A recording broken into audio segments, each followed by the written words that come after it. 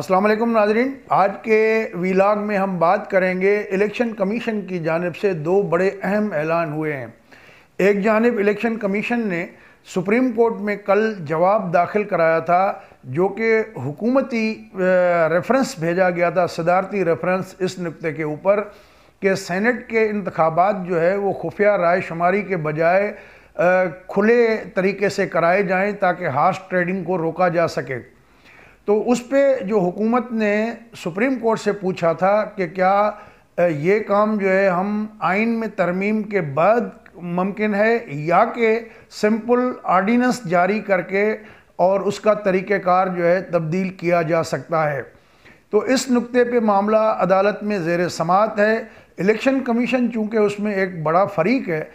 Election commission ने जो जवाब दाखिल कराया उसमें उन्होंने वाज़े तौर पे लिखा है कि आइन के आर्टिकल 226 के में ये दर्ज है कि जो वज़ीर आज़म और चीफ मिनिस्टर का इंतखाब होता है वो खुली राय शुमारी के साथ होता है, जबकि जो दीगर जितने भी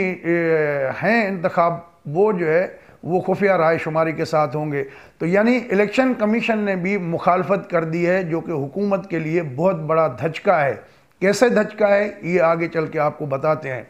और सेनेट के हवाले से और भी बहुत सारी खबरें आपके साथ शेयर करते हैं। और दूसरा जो इम्पोर्टेंट बात हुई वो ये कि पीटीआई के कहने पे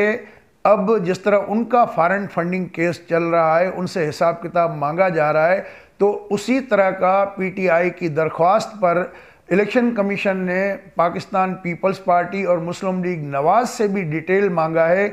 कि वो आके जवाब दें कि उनके पास जो फंडिंग के सोर्सेज हैं वो क्या हैं, कहाँ से आए, कितने आए।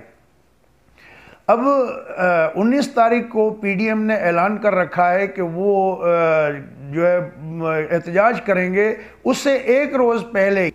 अब ये बड़ा मज़ेदार किस्सा बन गया। एक तरफ गवर्नमेंट के ख़िलाफ़ अगर ये कार्रवाई हो रही है तो दूसरी तरफ जो है हुक्मरान जमात के साथ साथ अपोजिशन की दो बड़ी जमातों से भी इलेक्शन कमीशन ने अब हिसाब मांग लिया है। अब देखना यह है कि वो क्या जवाब दाखिल करते हैं। जहाँ तक बात है सेनेट में जो इंतखाबात का जो रेफरेंस भेजा था हुकूमत ने सुप्रीम कोर्ट में, उसमें अब ये एक ओपन सीक्रेट हो गया है और सुप्रीम कोर्ट जो है यही कहेगी कि आइन के आर्टिकल 226 में जो बात लिखी गई है उसके मुताबिक सेनेट में खुफिया राय शुमारी होगी, और अगर हुकूमत ये तरीका तब्दील करना चाहती है तो उसे आइनी तरमीम जो है वो उसके लिए दरकार होगी, और वो हुकूमत के पास मेजॉरिटी है ही नहीं। हुकूमत तो बेचारी सादा अक्सरियत से कानून साजी नहीं कर पा रही है, पार्लियामेंट से भाग रही है। अभी तक जो है वो 18 आर्डीनेंस जारी किए गए हैं मुख्तलिफ इश्यूज़ पे जो कानून साजी है। हालांकि आर्डीनेंस के ज़रिए कानून साजी इमरजेंसी में होती है, कोई कुदरती आफत हो, कोई बगावत हो, कोई ऐसे हालात हों मुल्क के अंदर कि पार्लियामेंट इन सेशन न हो, तो फिर जो है इस तरह की कानून साजी की जाती है नॉर्मली। लेकिन यहाँ तो हर काम जो है वो सदारती आर्डीनेंस के ज़रिए चलाना चाहते हैं। तो अब यही तरीका जो है इसको दुनिया में पार्लियामेंट्री प्रैक्टिस में एक बदतरीन बैड गवर्नेंस कहा जाता है, लेकिन उसके बावजूद भी जो है गुड गवर्नेंस की दावेदार हुकूमत जो है इस मामले में भी अपना जो है बैड गवर्नेंस की मिसाल जो है कायम करना चाहती है। तो ये जो अब सेनेट में होना क्या है, सेनेट में पीपल्स पार्टी की, जैसे कि हम आपको पहले ही बता चुके थे कि 7 उनकी सिंध से जा रही हैं सीटें, और सिंध में 11 में से 10 सीटें पाकिस्तान पीपल्स पार्टी ले आएगी। उसकी वजह क्या है? एक तो पीटीआई के लोग बड़े नाराज़ बैठे हैं अपनी जमात से, पहली दफ़ा उनको चांस मिला है, अगली दफ़ा पता नहीं किसने देखी है कि बारी आती है नहीं आती, या फिर अगला इलेक्शन भी लड़ना है, उसके खर्चा भी निकालना है, तो वो पीपल्स पार्टी वालों के साथ राब्ते में है। तहरीक लब्बैक वाले भी राब्ते में हैं, एमक्यूएम के कई लोग जो है वो भी राब्ते में हैं। तो पाकिस्तान पीपल्स पार्टी इस दफ़ा जो है कमर जमा कायरा को सिंध से मुंतखब कराना चाहती है रहमान मलिक की जगह। रहमान मलिक को ये टास्क दिया गया है कि आप अगर एमक्यूएम के सारे वोट लेते हैं तो फिर पीपल्स पार्टी आपको कंसीडर करेगी नेक्स्ट टर्म के लिए। अगर आप एमक्यूएम से वोट नहीं ले पाते तो पीपल्स पार्टी जो है फिर आपको नहीं सपोर्ट करेगी। तो इस दफ़ा जो है वो अगेन फिर कमर जमा कायरा सदरन पंजाब सेंट्रल पंजाब के सदर हैं पीपल्स पार्टी के, और वो उसको जो है मुंतखब कराने की बात हो रही है। और 10 सीटें जो है पीपल्स पार्टी ने अपनी रखी हुई हैं, शायद 1 सीट जो है वो पीटीआई को वहाँ मिल जाए। यही चीज़ें अगर हम देखते हैं तो खैबर पख्तूनख्वा वो तो हार्स ट्रेडिंग का गढ़ है, और पिछली दफ़ा भी पीटीआई के कई लोग गए, और ये खुफिया राय शुमारी वाला अगर सिलसिला बरकरार रहे, जो कि रहेगा क्योंकि उसका कोई तोड़ नहीं है कानूनी तौर पे मौजूद, तो उसमें तो काफ़ी सारे पीटीआई के लोग जो है वो बिक जाएंगे। जाहिर है कि उनको अपने खर्चा निकालना है, न उनको तरक्याती फ़ंड मिले, न उनको कोई काम मिला, मईशत का हालात ख़राब हैं और कर्ज़ों पे काम चला रहे हैं, तो जाहिर है कि फिर लोग ये कहाँ जाएंगे। तो वहाँ पर इनको धचका लगेगा सेनेट के इलेक्शन में, और जो सबसे कम सीटें अगर मिली तो वो पीटीआई को ही मिलेंगी।